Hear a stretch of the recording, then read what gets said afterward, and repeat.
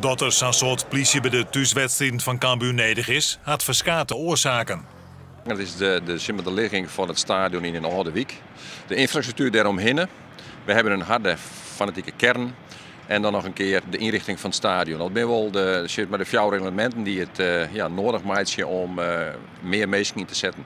Bij grote politie-inzet gaan de gedachten vanzelfs allereerst naar risicowedstrijden, als dit in Heerenveen, Ajax en Feyenoord.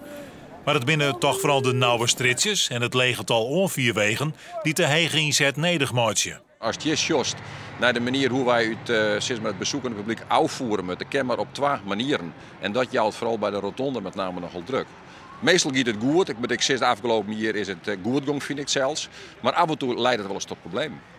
De ligging van het stadion is op zich geen probleem. Want als er dus geen zich noemende supporters zijn die overlast veroorzaken. Als die er niet zijn, dan kun je zonder 1 politieagent aan de gang. Alle belutste partijen willen de kosten voor de veiligers graag drukken. Maar hoe dat krijgt mat is net zo makkelijk.